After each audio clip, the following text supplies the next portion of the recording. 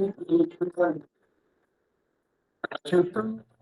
शिवं कृष्णदामोदरं रामदामोदरं जानकीवल्लभं अच्युतं शिवं कृष्णदामोदरं रामदामोदरं जानकीवल्लभं अच्युतं शिवं कृष्णदामोदरं राम नारायण जानकी वल्लभ अच्युतं शिवं कृष्णं राम नारायण जय जय श्री राधे। दंडवत प्रणाम। प्रातः काल अच्युतं शिवं कृष्णं राम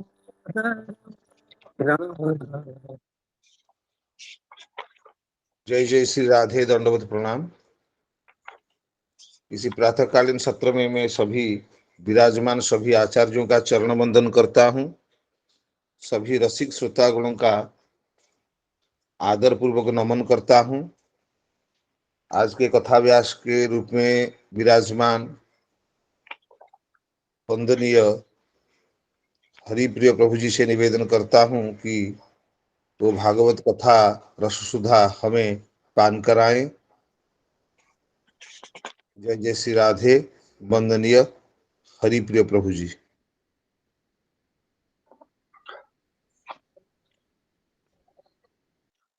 आज की कथा के सत्र में उपस्थित सभी आचार्य वृंद वैष्णव वृंद के चरणों में यथा योग्य कोटि कोटि नमन ज्ञापन करते हुए आज के कथा सत्र का प्रारंभ किया जा रहा है।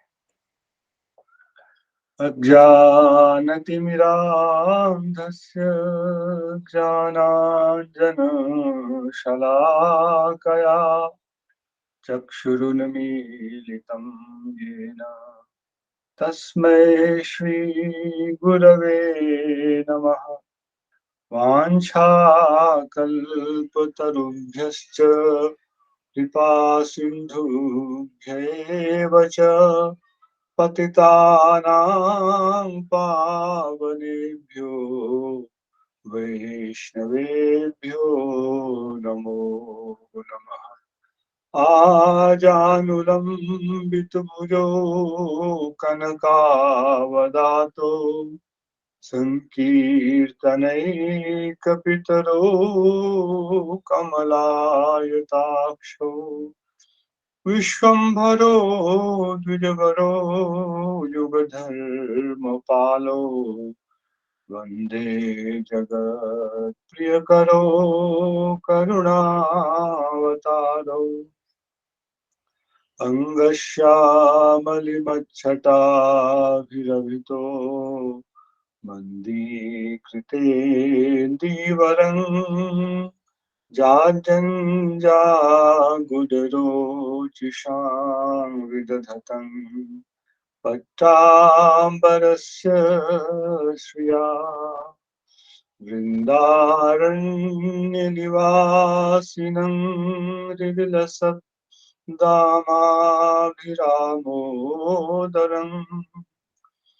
राधास्कन्धनिवेशितो ज्वलभुजम् ध्याये मदामोदरम्। हरे कृष्ण कृष्ण कृष्ण हरे हरे हरे राम राम राम हरे हरे। नारायणं नमस्कृत्य नरं चैव नरोत्तमं देवीं सरस्वतीं व्यासं ततो जयमुदीरये। यं प्रव्रजन्तमनुपेतमपेतकृत्यं द्वैपायनो विरहकातराजुभावो पुत्रेति तन्मयतया तर्वोऽभिनेदु तं सर्वभूतहृदयं महिमानतोऽस्मि। एकस्त्वमात्मा पुरुषः पुराणः, सत्यः स्वयं ज्योतिरनन्त आद्यः, नित्योऽक्षरोऽजस्र सुखो निरञ्जनः, पूर्णोऽद्वयो मुक्तो उपाधितो मृतः। कल हम लोगों ने इस श्लोक के पहले 2 चरणों का व्याख्यान श्री चक्रवर्ती ठाकुर जी के अनुसार सुना था। किस प्रकार से एक एक विशेषणों की संगति करते हुए वे आगे चल रहे हैं।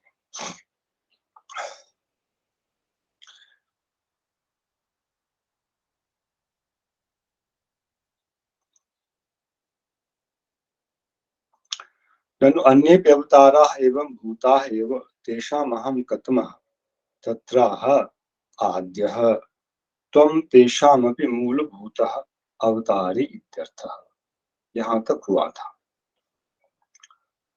पहली पंक्ति का अंतिम शब्द था आद्यः। अगला शब्द है नित्योक्षरो जस्र सुखो निरंजनः, नित्यः।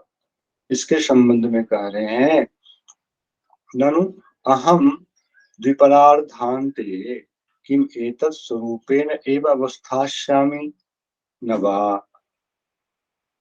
भगवान कह रहे हैं, ब्रह्मा जी मानव मन में सोच रहे हैं, भगवान यह प्रश्न करें कि क्या मैं इसी रूप से, जिस गोपाल रूप से आप मुझे यहाँ देख रहे हैं, इसी रूप से क्या जब यह विश्व की अवधि समाप्त हो जाएगी तब भी क्या मैं इसी रूप में रहूंगा। द्विपरार्धान्ते किम एतत् स्वरूपेण एव अवस्थास्यामि न वा नित्याः नित्यः। आप नित्य हैं, इसलिए आप इसी स्वरूप से इस विश्व के प्रलय हो जाने के पश्चात भी आप विद्यमान ही रहेंगे। जगद इदम पुरातनम अपि सत्यम अपि द्विपरार्धान्ते स्वरूपेण अस्थायित्वात् अनित्यम इत्युच्यते। यह जगत जो है यह अनित्य कहलाता है। क्यों? यह यद्यपि पुरातन है, नवीन नहीं है, सत्य है। कार्य की दृष्टि से कार्य यदि सत्य है तो जगत भी सत्य है, किंतु द्विपरार्ध के अंत होने पर अपने स्वरूप से यह कार्य रूप से स्थायी नहीं रहता है, इसलिए इसे अनित्य कहा जाता है। किंतु त्वं तु तदापि नंद पुत्राकारेण अपि स्थास्यति इति नित्यः उच्यसे। किंतु आप उस समय भी विश्व के कार्य रूप विश्व के नष्ट हो जाने के पश्चात भी नंद पुत्र के आकार से यही आपका शुद्ध स्वरूप है। नंद पुत्राकारेण अपि स्थास्यति, नंद पुत्र के रूप में आप उस समय भी रहेंगे, विराजमान रहेंगे, इसलिए आप नित्य कहलाते हैं। त्वदाकारस्य पूर्ण ब्रह्म स्वरूपात्। आप कहेंगे इसमें हेतु क्या है? तो इसमें हेतु यह है, आपका यह जो नंद पुत्राकार रूप है, यह जो है पूर्ण ब्रह्म स्वरूप ही है, इसलिए जगत के ध्वंस होने पर भी ब्रह्म का ध्वंस नहीं होता है, इसलिए आपके इस रूप का भी ध्वंस नहीं है। इस विषय में फिर चक्रवर्ती ठाकुर कई प्रमाणों को प्रस्थापित कर रहे हैं। इसी गोपाल रूप से किस प्रकार भगवान जो हैं वे नित्य हैं। तो सबसे पहले वे गोपाल तापनी श्रुति को उठाते हैं। यो अशो शौर्य तिष्ठति इत्यादो यह साक्षात पर ब्रह्म इति। वहाँ यो अशो शौर्य तिष्ठति, योशो गोषु तिष्ठति, योशो गाह पालयति, योशो गोपेषु तिष्ठति, इस प्रकार के वचन हैं। तो शौर्य तिष्ठति, सूर्य पुत्री यमुना को कहा गया है शौरी, और उस सूर्य पुत्री यमुना शौरी के तट से अदूर भव अर्थ में शौरी शब्द बना है। उसके तट पर जो विद्यमान वृंदावन है, वहां पर जो विराजमान है, ऐसे जो गोपाल हैं उनके लिए कहा गया है गोपाल तापनी में, यह साक्षात परब्रह्म, वे साक्षात परब्रह्म हैं।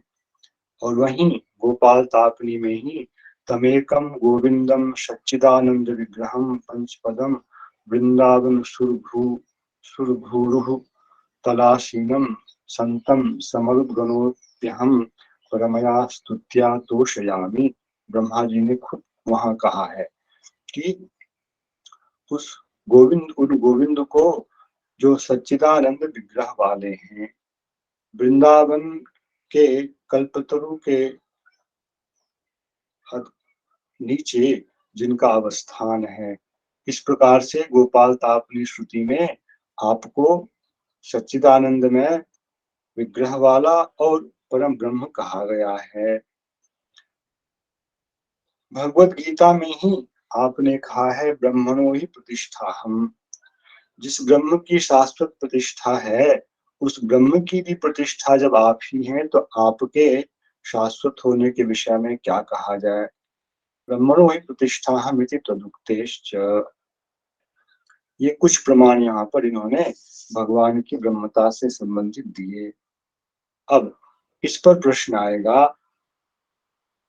अभी पुरुषाकार से विषय उठा था, उस पर प्रश्न है ननु आकारवतः सद्विकारवत्वेन प्रतिक्षण क्षरत्वात् अहमपि किं तथैव, अहमपि किं तथैव।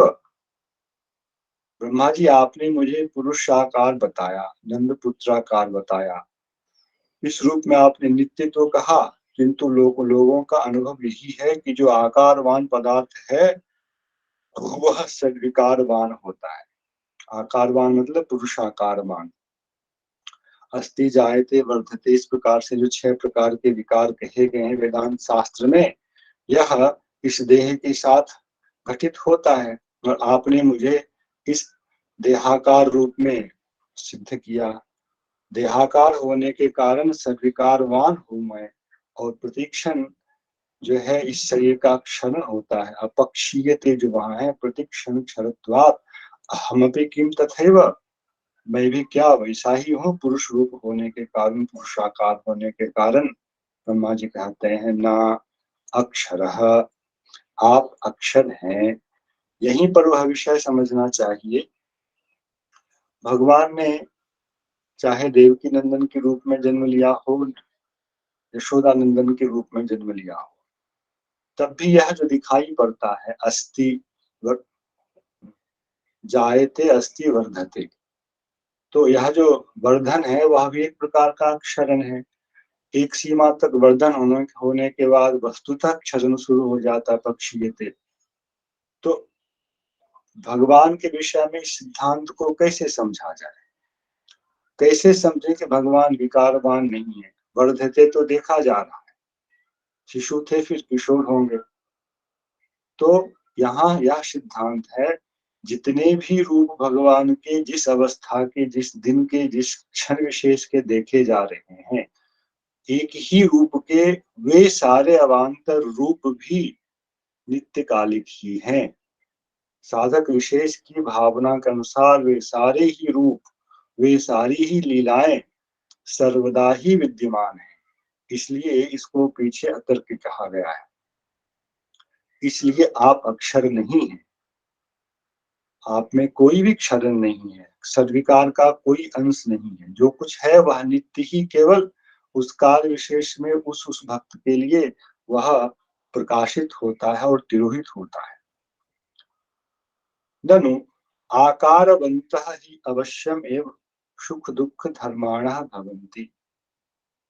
अब जो कुछ पुरुष आकार वाला दिखाई पड़ रहा है, यहाँ आकारवन्तः को पुरुष से ही जोड़ना है हम लोगों को। तो हम लोग देखते हैं देहधारी जो भी है वह सब जो है कुछ सुख कुछ दुख का भोग अवश्य ही करता है। तो क्या मैं भी आकारवान होने के कारण सुख दुख धर्म वाला हूँ क्या? तत्राह अजस्र सुखः, नहीं, आप जो है सुख दुख दोनों का भोग करने वाले नहीं हैं, किंतु आप अनवरत सुख स्वरूप ही हैं। अगला प्रश्न, ननु मम बाल्ये गोपीस्तन्य दुग्ध दधि घृतादिषु लोभः पौगंडे कालियादिषु कोपः। रुद्र पुस्तक में यहाँ वह शब्द जो है नहीं है, कोपः भी है, क्रोधः भी कहीं। और कैशोरे गोपिकाशु कामः इत्यहम कामादि मालिन्य युक्तः इव। ठीक है ब्रह्मा जी, आपने इस शरीर से संबंधित इतनी बातें तो कह दी, किंतु मेरे जीवन में तो यह देखा जाता है कि बाल्यकाल में मैं गोपियों के स्तन का पान करने वाला हूँ, उसके प्रति जो है मेरा लोभ है। दधि के प्रति लोभ होने के कारण मैं तो चोरी भी कर लेता हूँ। अतः पुरुषाकार शरीर में होने वाला जो दोष है लोभ, वह मेरे शरीर में होगा क्योंकि मैं पुरुषाकार हूँ। और पौगंड में काली आदि के प्रति, असुर इत्यादि के प्रति जो मेरा रोष प्रकट हुआ है, वो प्रकट हुआ है, उसके कारण मेरे अंदर क्रोध भी है। और कैशोरे गोपिकासु कामः, किशोर अवस्था आने के बाद गोपियों के प्रति काम की भावना भी मुझ में देखी जाती है। इत्यहम कामादि मालिन्य युक्त है, इसलिए यह सिद्ध होता है कि मैं काम क्रोध लोभ इत्यादि जो मलिनताएं हैं, इससे मैं युक्त हूँ। ब्रह्मा जी कहते हैं, ना निरंजनः, आप अंजन दोष रहित हैं, आप निरंजन हैं। तत्कामादि नाम अपनी चिन्मयत्वात्, मैं यह नहीं कह रहा कि आप में लोभ नहीं है, आप में कोप नहीं है, आप में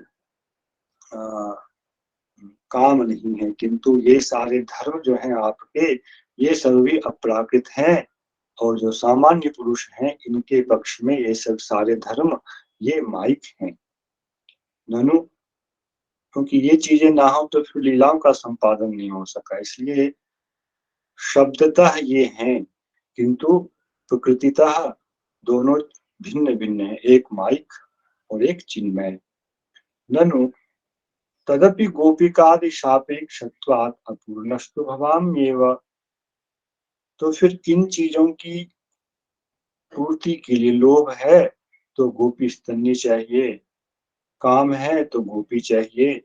इन सब कारणों से मुझे अन्य वस्तु की अपेक्षा हो गई। जिसको अन्य वस्तु की अपेक्षा है वह आत्माराम नहीं हो सकता है, वह पूर्ण नहीं हो सकता, अतः मैं अपूर्ण हो गया।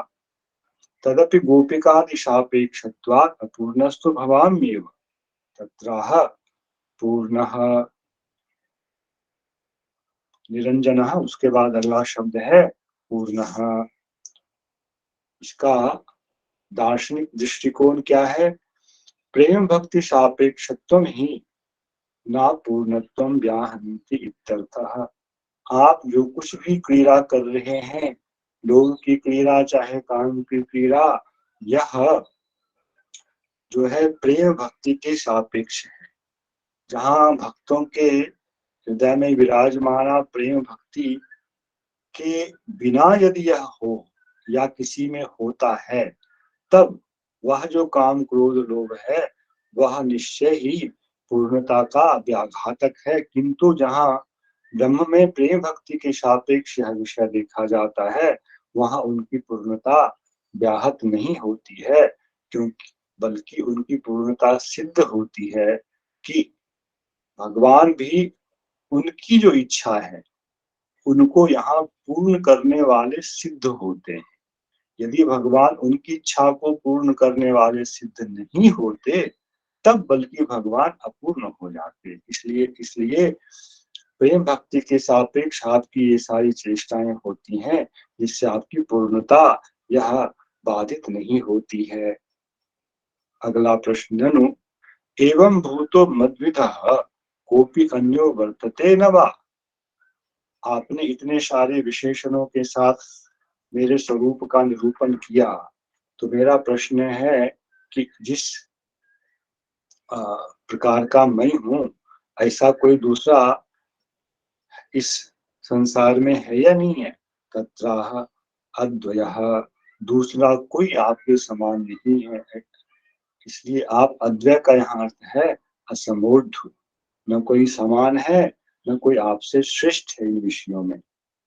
ननु सत्यम अद्वैत्वात् पूर्ण ब्रह्म एव अहम्, तदपि केचित् मां विद्योपाधिं मन्यन्ते, तत्राह उपाधितो मुक्तः। ठीक है, आपने तो बोल दिया शक्ति हूँ, मैं पूर्ण हूँ, अद्वय हूँ, तथापि कुछ लोग ननु सत्यम अद्वैत्वात् पूर्ण ब्रह्म एव अहम्, अद्वय होने के कारण पूर्ण ब्रह्म ही हूँ, तथापि कुछ लोग कहते हैं कि भगवान विद्योपाधि से युक्त हैं, कृष्ण विद्योपाधि हैं, माया की जो विद्यावृत्ति है यही ब्रह्म की उपाधि जब बनती है तो वह कृष्ण रूप में प्रकट होती है, उपाधि उपाधि युक्त ब्रह्म प्रकट होता है। तत्राह उपाधितः मुक्तः, आप में विद्या नामक भी उपाधि नहीं है। इस विषय में प्रमाण क्या है? तो यहाँ भी वे गोपाल तापनी से ही वह प्रमाण ला करके देते हैं। गोपाल तापनी में कहा गया है विद्या विद्याभ्याम भिन्नः, आप क्या है? माइक जो वृत्तियां हैं विद्या और अविद्या, इन दोनों से ही आप अतीत हैं। इस चीज को तो इसकी जो पूरी पंक्ति है उस पर थोड़ा विचार करें तो विषय अच्छी तरह से ज्यादा समझ में आएगा। यह गोपाल तापनी का प्रसंग है जहाँ ब्रज की गोपियां एकादशी व्रत करने के बाद द्वादशी के दिन दुर्वासा ऋषि के पास जाती हैं। जाते समय कृष्ण से पूछती हैं मैं कैसे जा, हम लोग कैसे जाएं? तो कृष्ण ने कहा, कृष्ण ब्रह्मचारी ऐसा करके जमुना जी बीच में है और वर्षा काल है, कैसे पार करें, जमुना भरी हुई है। तो भगवान ने कहा कृष्ण ब्रह्मचारी हैं ऐसा कहा करके आप लोग यहाँ से जमुना के सामने निवेदन करें और जमुना रास्ता दे देगी। गोपियों ने ऐसा किया और जमुना ने मार्ग दे दिया। गोपियों दुर्वासा ऋषि के आश्रम पर गई। वहां उनके लिए जो द्वादशी को जो दान देने का शास्त्र में विधान है ये सब उनको दिया, हाथ से बना कर ले गई थी। उस सबको दुर्वासा जी ने बड़े प्रेम से पाया और फिर वापस आते समय उन्होंने पूछा अब जमुना कैसे पार करेंगे? तो दुर्वासा जी ने कहा अब जमुना जी से प्रार्थना करना कि दुर्वासा जो है वो दुर्वा ही खाते हैं, दुर्वा पर ही जीवित रहते हैं। गोपियों ने सोचा हम लोग अभी इतना सुंदर सुंदर पकवान बना करके लाए, हम लोगों ने लाया और सबका इन्होंने भोजन किया, अभी बोलते हैं दुर्वा ही खाते हैं दुर्वासा ऋषि। तो यह जब उन्होंने कहा तो उनके मन में प्रश्न हुआ, प्रश्न तो पहले से ही था, तो उन लोगों ने जो प्रश्न किया है उसी के उसमें ये सब बातें आई हैं। उसमें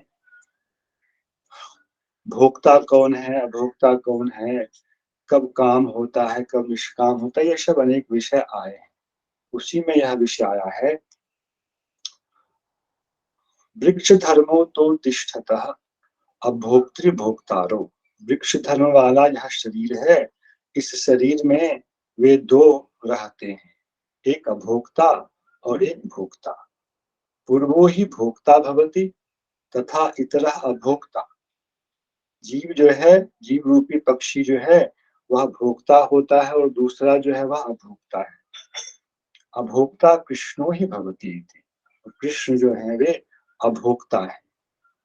यत्र विद्या विद्ये न विदामो, कृष्ण के संबंध में हम लोग विद्या और विद्या को नहीं जानते, अर्थात कृष्ण में, कृष्ण के विग्रह में विद्या और अविद्या दोनों की स्थिति नहीं है। विद्या विद्याभ्याम भिन्नः विद्यामयः यः स कथम विषयी भवति। आगे की पंक्ति जो है वह जो उसका कुछ अंश चक्रवर्ती ठाकुर जी ने दिया है। यत्र विद्या विद्ये न विदामः विद्या विद्याभ्याम भिन्नः विद्यामयः यः, यहाँ ध्यान देने की बात है, माइक विद्या विद्या से भिन्न कृष्ण को कहा गया। पुनः कहा विद्यामय यह। तो दो प्रकार की विद्या, इसको पहले भी चक्रवर्ती ठाकुर जी के गीता के व्याख्यान से दिखाया गया था पाठ में। तो माइक विद्या वृत्ति कृष्ण में नहीं है, इसलिए विद्या विद्याभ्याम, यह जो साहचर्य नियम से विद्या का बोध है वह माइक विद्या वृत्ति है। और इन दोनों से भिन्न एक विद्या वृत्ति है, वह उस विद्या से मैं विद्यामय अर्थात चिन्मय यह स कृष्ण प्रथम विषयी भवति। वे कृष्ण जो प्राकृत विद्या और विद्या से भिन्न चिन्मय विद्यामय है, वे कैसे विषयी हो सकते हैं। उस पूरे वाक्य को यहाँ लाए तो इससे यह सिद्ध हुआ कि उनमें विद्या अविद्या रूपी कोई उपाधि नहीं है। जो ऐसा कहते हैं वे शास्त्र के तात्पर्य को नहीं जानने वाले हैं या जान करके भी नहीं मानने वाले हैं। विद्या विद्याभ्याम भिन्ना ही गोपाल तापी श्रुते है यतस्तम अमृत। और अगला जो विशेषण है पूर्णोद्वयो मुक्त उपाधितः और अमृतः।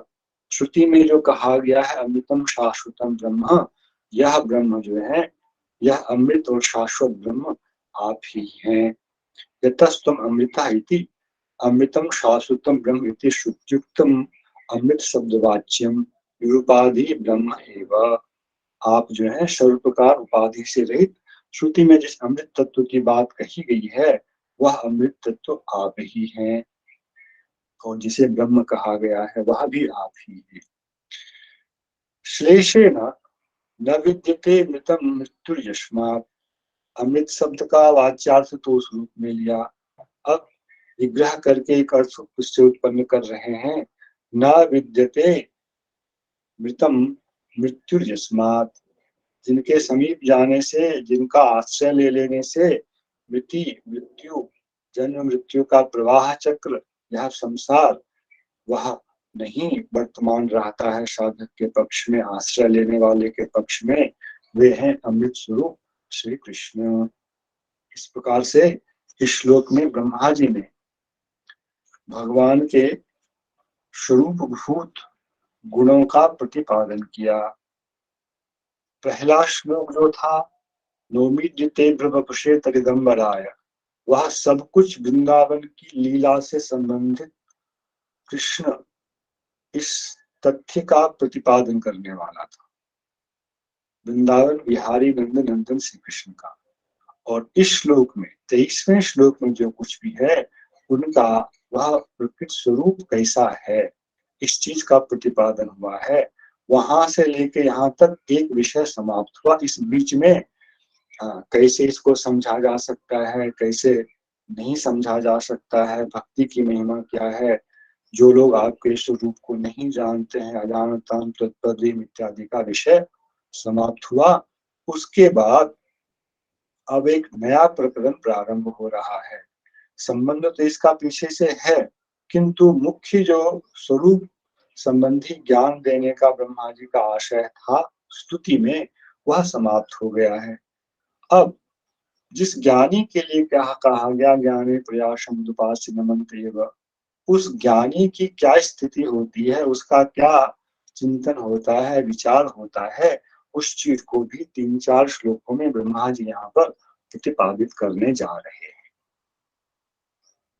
वह एवं विधम त्वाम शकलात्मनामपि स्वात्मानमात्मात्मतया विचक्षते गुर्वर्कलब्धोपनिषत्सु चक्षुषा ये ते तरन्तीव भवामृताम्बुधिम्।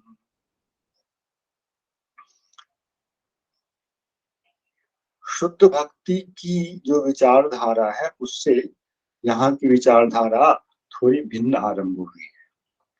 एवं विधम त्वाम शकलात् मनाम अपि स्वात्मानम आत्मात्मतया विचक्षते।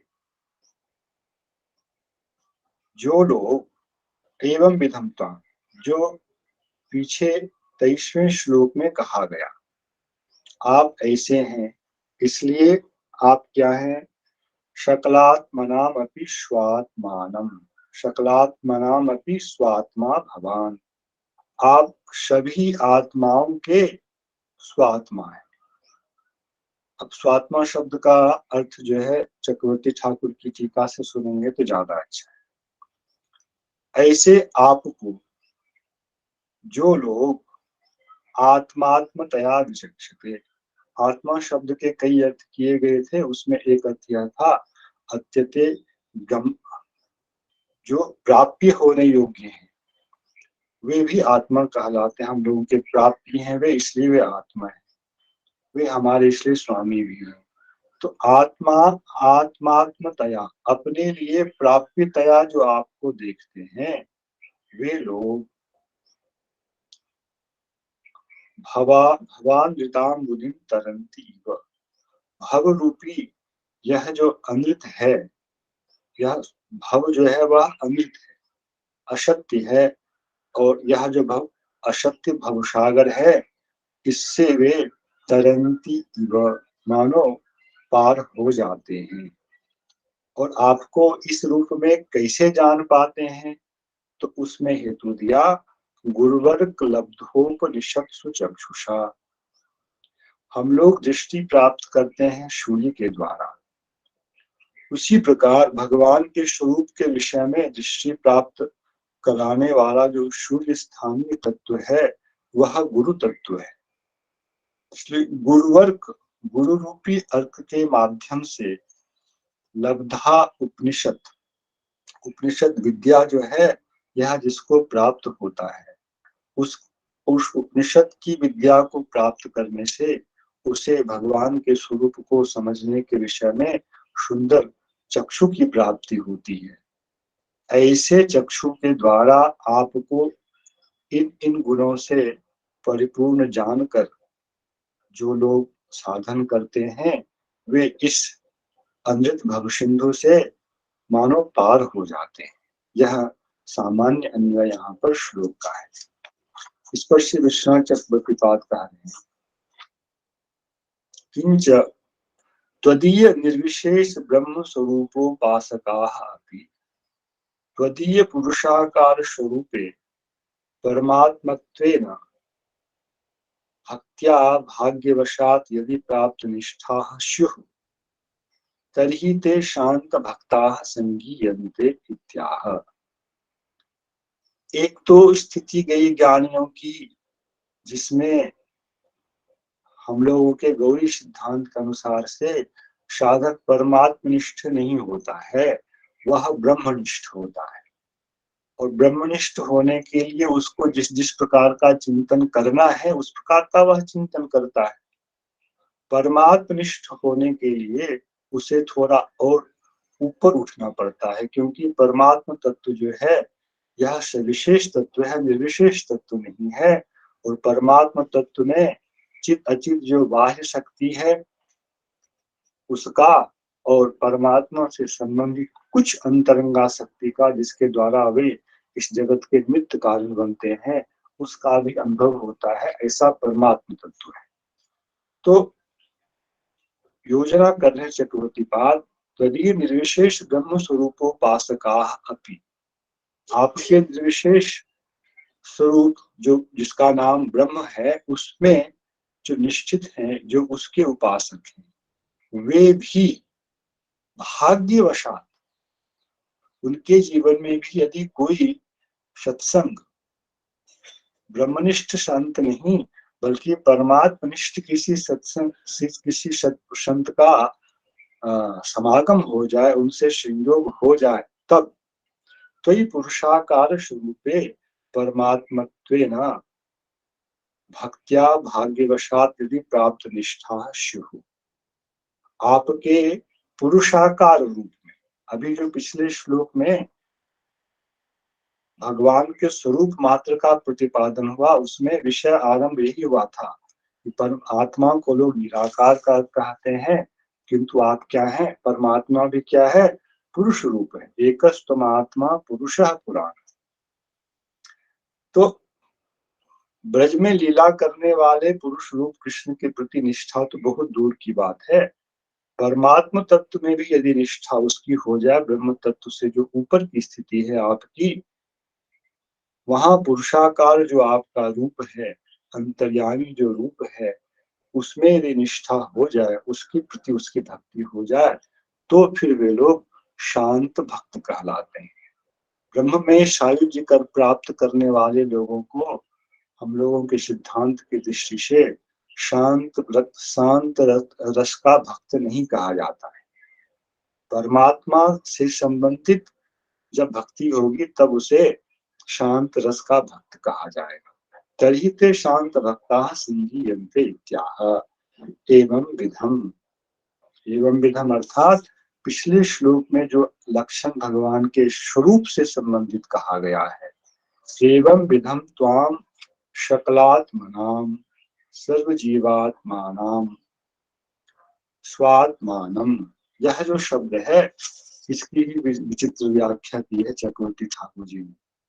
स्वात्मानम, यहाँ स्वस्य आत्मानम इस प्रकार का अर्थ नहीं किया उन्होंने किया है शु आत्मानम, इस प्रकार का छेद है यहाँ पर। शु शोभनम आत्मानम, शोभनम आत्मानम क्या है उसकी व्याख्या करें। स्वात्मानम अर्थात मूर्तत्वेन मनोनयनाह्लादकत्वात् शोभनम आत्मानम पुरुष स्वरूपम एव।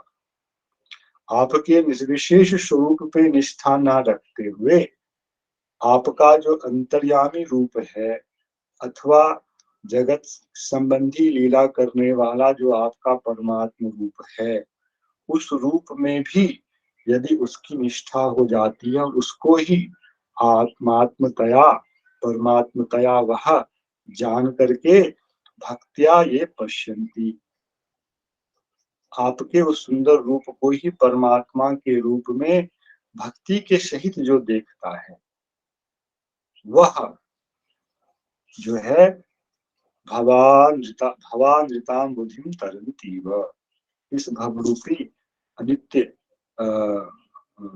सागर से पार हो जाता है। अब जो बीच में बात है उसको वे प्रमाणित कर रहे हैं। भक्ति रसामृत सिंधु में श्री रूप गोस्वामी पाद ने इस श्लोक को लिखा है, प्रायः शम प्रधानानां ममता गंधवर्जिता परमात्मतया कृष्णे जाता शांता रतिर्मता। उस प्रकार के भगवत लीला निष्ठ संतों का सत्संग नहीं प्राप्त होने के कारण, कृष्ण की मधुरमयी लीला में आसक्ति रहित होने के कारण, ममता रहित होने के कारण कृष्ण को ही परमात्मा मानते हैं, उनमें उनको कोई संशय नहीं है, सविशेष ही मानते हैं। किंतु साधन में क्या है, शमदम इत्यादि की प्रधानता है, ममता का अभाव है।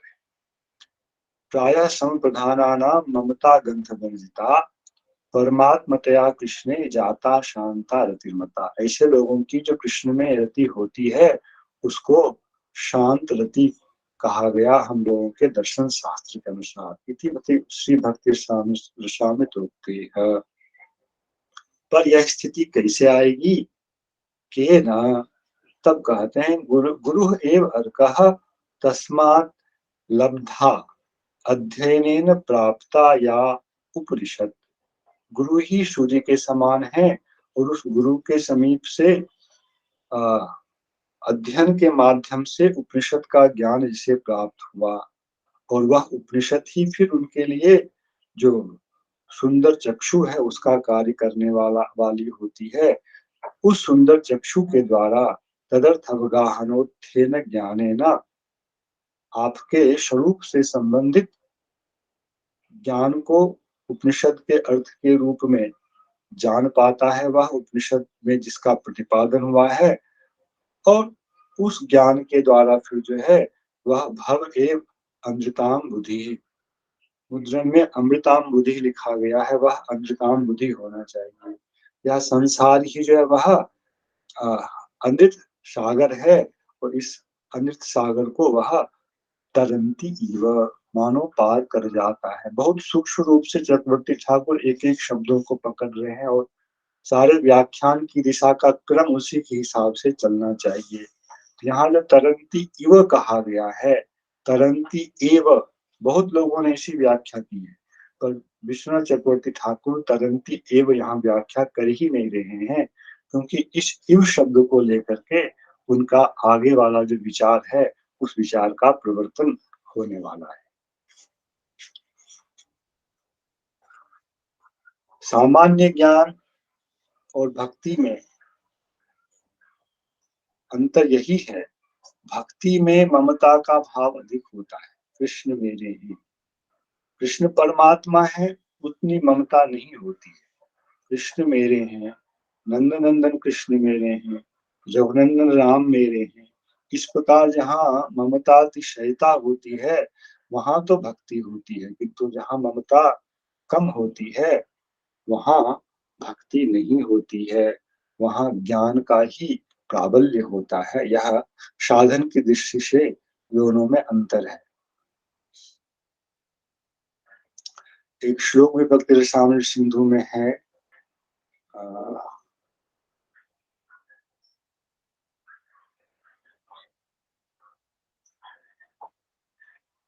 स्पष्ट नहीं हो रहा है, आप लोग किसी को याद हो? ममता भक्ति रित्युच्यते भीष्म प्रहलाद उद्धव नारदे, उसका प्रारंभ क्या है? अनन्य ममता कृष्णे या विष्णु, ममता प्रेम संगता, भक्ति रित्युच्यते भीष्म प्रहलाद उद्धव नारदे। यह श्लोक जो है भक्ति रसामृत सिंधु में पंचरात्र से शायद रूप गोस्वामी ने उद्धृत किया है। अनन्य ममता विष्णु, ममता प्रेम संगता, भगवान के प्रति अनन्य ममता ही भक्ति कहलाती है। आचार्य के रूप में भीष्म उद्धव प्रहलाद नारद इन लोगों को वहां रखा गया है। अनन्य ममता विष्णु, और अगला पद है ममता, कैसी ममता? प्रेम संगता। यह पद यदि नहीं दिया जाए तो यह लक्षण अति व्याप्त हो जाएगा। कृष्ण की भी कृष्ण के प्रति ममता है, किंतु वह ममता प्रेम संगता ममता नहीं है, द्वेष संगता ममता है। कृष्ण मेरे शत्रु हैं, इसी में दिन रात वह निविष्ट रहता है, इसलिए ममता कंस की भी है। उस ममता में जो अतिव्याप्ति है उसका निवारण करने के लिए यह दल दिया गया है, ममता प्रेम संगता। इतने मात्र को ही शास्त्र में जो है भक्ति कहा गया, अर्थात भक्ति में ममता की अतिशय प्रबलता होती है। जहां ममता की गंध मात्र है किंतु प्रबलता नहीं है, तो फिर वह जो है ज्ञान में ही पर्यवसित होता है और भक्ति जो है वहां गुणीभूत होकर के रहती है। तो ममता के आधार पर भी भक्ति और ज्ञानी का भेद किया जा सकता है।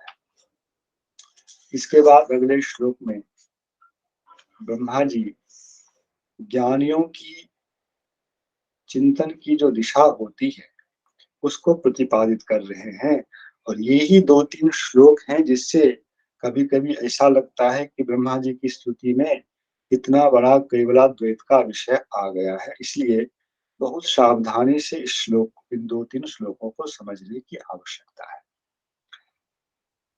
आत्मानमेवात्मतया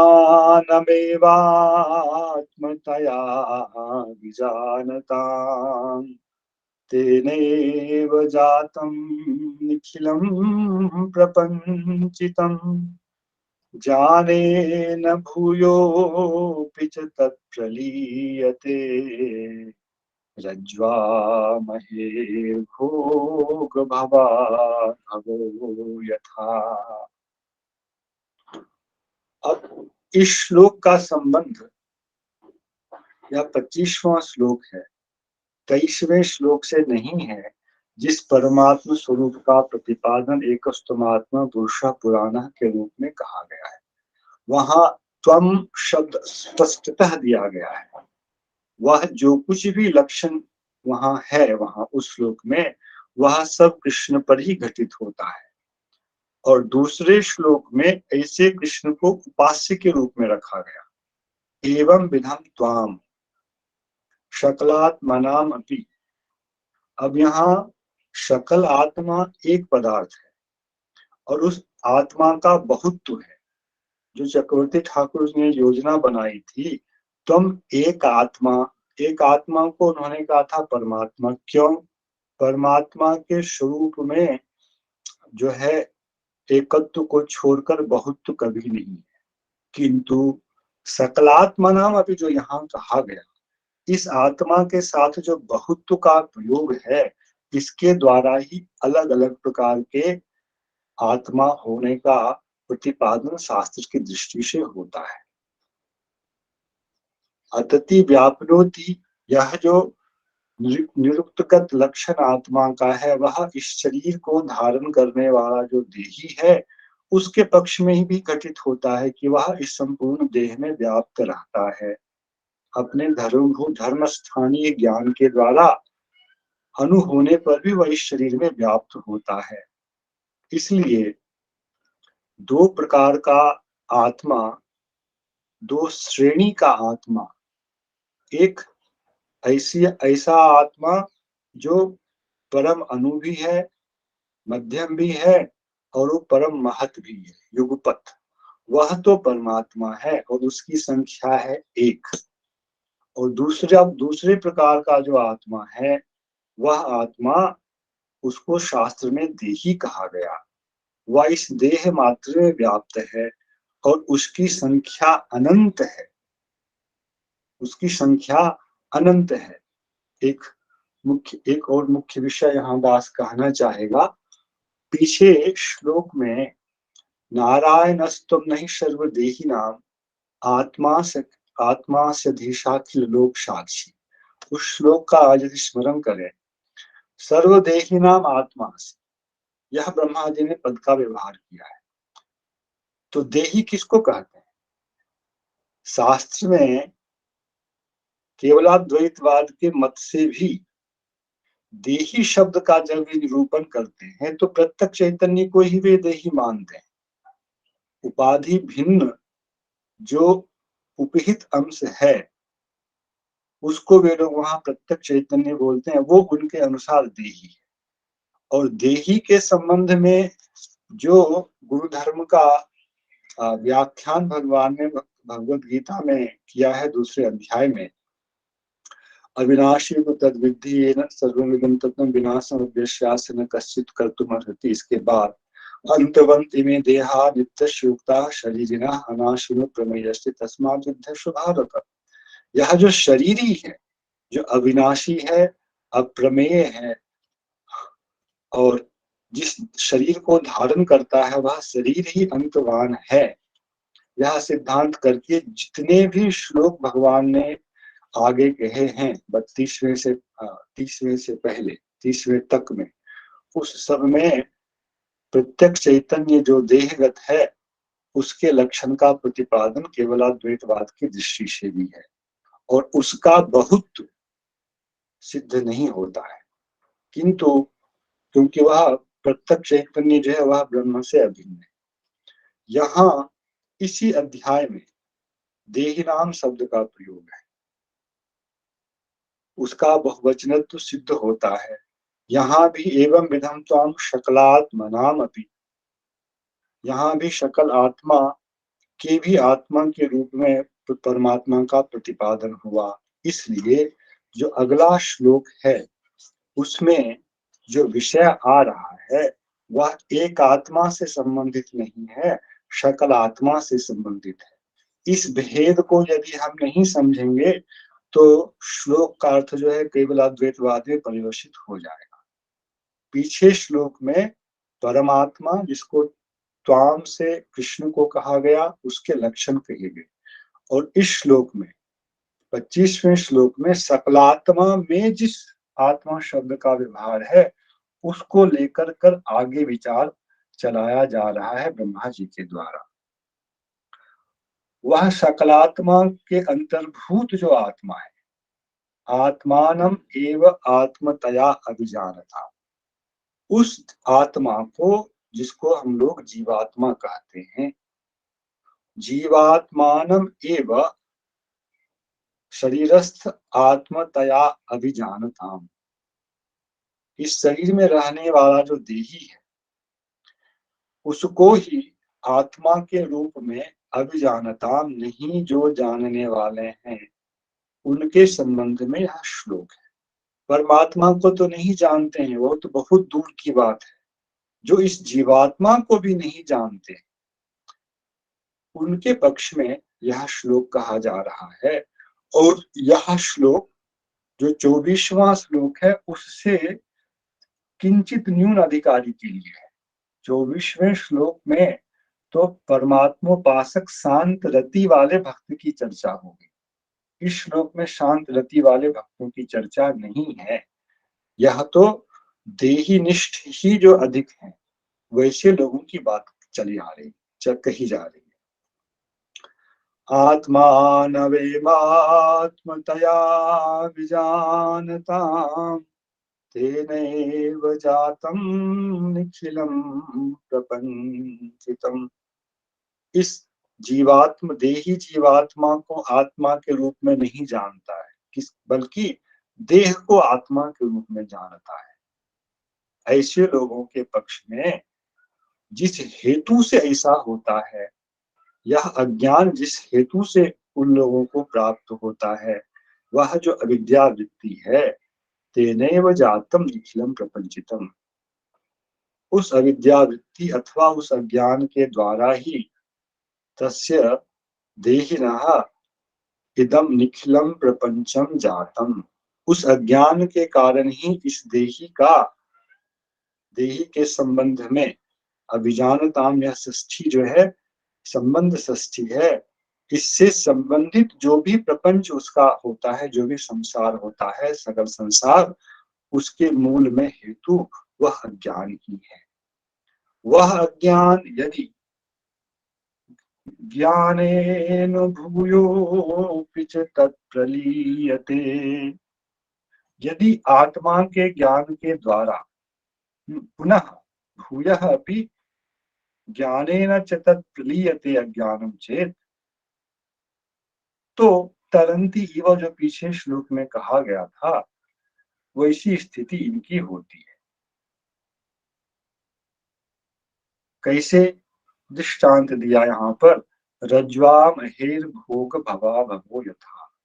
जिस प्रकार रज्जु में सर्प के शरीर का जन्म और नाश, अहेर भोगः अहे शरीरम तस्य भवः अभवस्य यथा भवति तथैव ज्ञानेन अस्य निखिलस्य प्रपंचस्य अभवः भवति। अज्ञानेन भवः भवति, ज्ञानेन अज्ञानेन भवः भवति, अज्ञानेन अभवः भवति प्रपंचस्य। यह श्लोक का सामान्य अन्वय है। इस पर श्री विश्वनाथ चक्रवर्ती ठाकुर कह रहे हैं, ननु तरन्त्येव ते किमिति तरन्ती इव इति ब्रूषे। यद्यपि दास ने पीछे वाले को शांत रस वाला माना है, इस श्लोक का विषय उपासना किस रूप में कर रहा है वह ज्यादा नहीं दिया गया है। हम यह मान लेते हैं कि पीछे वाले श्लोक से ही इसका संबंध है, तब तरंती इव का यहाँ संबंध आएगा। ननु तरन्त्येव ते किमिति तरन्ती इव इति ब्रूषे। कहना यह चाहिए तरन्ती एव ते, वे अवश्य ही पार हो जाते हैं इस अमृत भवामृत सागर से। किंतु आप बोले तरन्ती इव, ऐसा क्यों आप कह रहे हैं? तथा भवस्य च अमृतत्वं वा कुतः। आपने पिछले श्लोक में कहा ब्रह्मा जी भवामृतां बुद्धि, भव जो है यह अमृत है, तो भव तो शक्ति है, नश्वर है किंतु है शक्ति, तो आप वहां उसको अमृत कैसे कह रहे हैं? तथा भवस्य च अमृतत्वं वा कुतः, ब्रह्मा जी ये दो बात आप क्यों कह रहे हैं? तत्र इस विषय में ब्रह्मा जी का तेषाम ज्ञानी नाम आश्रयनीय विवर्तवाद मते जगत इदम अमृतम एव। जो विवर्तवाद का आश्रय लेने वाले ज्ञानी हैं, कुछ ज्ञानी ऐसे होते हैं, शास्त्र में कहीं कहीं रज्जु में सर्प की जैसी स्थिति होती है, शुक्ति में रजत की जैसी स्थिति होती है, ऐसा दृष्टांत दिया गया है और यह भी श्लोक इसका प्रमाण है। तो उसका अधिकारी कौन है, उसका विषय क्या है, किस प्रकार से उस दृष्टांत को हमें समझना है, इस विषय को लेकर के चक्रवर्ती ठाकुर थोड़ा सा विस्तार कर रहे हैं। तत्र तेषाम ज्ञानीनाम आश्रयनीय विवर्तवाद मत। भक्तिमान लोग विवर्तवाद का आश्रय नहीं लेते हैं, किंतु जो ज्ञान योगी होते हैं, ज्ञान यज्ञ करने वाले नहीं, ज्ञान योग का आश्रय लेने वाले होते हैं, उनके लिए विवर्तवाद ही आश्रयनीय होता है। ज्ञानी नाम आश्रयनीय विवर्तवाद मते जगत इदम अमृतम एव। उनके दृष्टिकोण से यह उनकी दृष्टि है, न कि जगत के विषय में ऐसा तात्विक सिद्धांत है। जैसे ब्रह्म निर्विशेष है, यह एक दृष्टि मात्र है, वस्तुतः ब्रह्म निर्विशेष कभी नहीं है, वह एक दृष्टि हो सकती है। ऐसे ही जगत सत्य है, किंतु जगत को किसी अंश में, किसी दृष्टिकोण से मिथ्या भी कहा जाता है, अमृत भी कहा जाता है, और विशेषतः ज्ञान योग का जो मार्ग है, उस मार्ग में इस सिद्धांत का आश्रय लिया जाता है। क्योंकि जगत जो है यह अमृत है, इसलिए जब जो असत है उससे पार किया, यह सिद्धांत भी ठीक से स्थापित नहीं होता है। जैसे पीछे एक दृष्टांत गया, यदि हम कार्य को मिथ्या माने तो कार्य के आधार पर अन्वित होने वाला जो कारण होता है, उसके भी मिथ्यात्व का ही प्रसंग उपस्थित होगा। इसलिए यह एक दृष्टिकोण मात्र है, क्योंकि संसार को वे लोग अनिष्ट देखते हैं, इसलिए संसार से उनका तरना भी तो तरना नहीं कह सकते हैं, तरने जैसा ही कह सकते हैं। विवर्तवाद मते जगत इदम अमृतम एव तस्मात् तरनम अपि अमृतम एव इत्यतः तरन्ति इव इत्युच्यते। इसीलिए इसी दृष्टिकोण को रखते हुए पिछले श्लोक में तरन्त्येव, छंद भंग भी नहीं होता, किंतु तरन्त्येव ऐसा ना करके तरन्तीव ऐसा जो कहा, उसका कारण है ज्ञान से संबंधित जो जगत संबंधी चिंता है, ज्ञान मार्ग से संबंधित, उसको लेकर के ब्रह्मा जी ने ऐसा कहा है। और इसके लिए आगे दो श्लोक को वे कह रहे हैं, और इन दोनों श्लोकों पर कल ही हम लोग पढ़ें तो ज्यादा अच्छा है, तो बीच में विषय रह जाएगा। आज की कथा सत्र को विराम दिया जा रहा है। जय श्री कृष्ण अर्पणमस्तु। हरे कृष्ण कृष्ण कृष्ण हरे हरे, हरे राम राम राम हरे हरे। आचार्य वृंद और वैष्णव वृंद को कोटि कोटि नमन। जय जय सिया राम, सादर प्रणाम। जय श्री राधे श्याम, दंडवत प्रणाम। जय जय श्री राधे श्याम, दंडवत प्रणाम। प्रणाम गुरु, प्रणाम। जय प्रभु की जय। जय जय प्रणाम प्रणाम।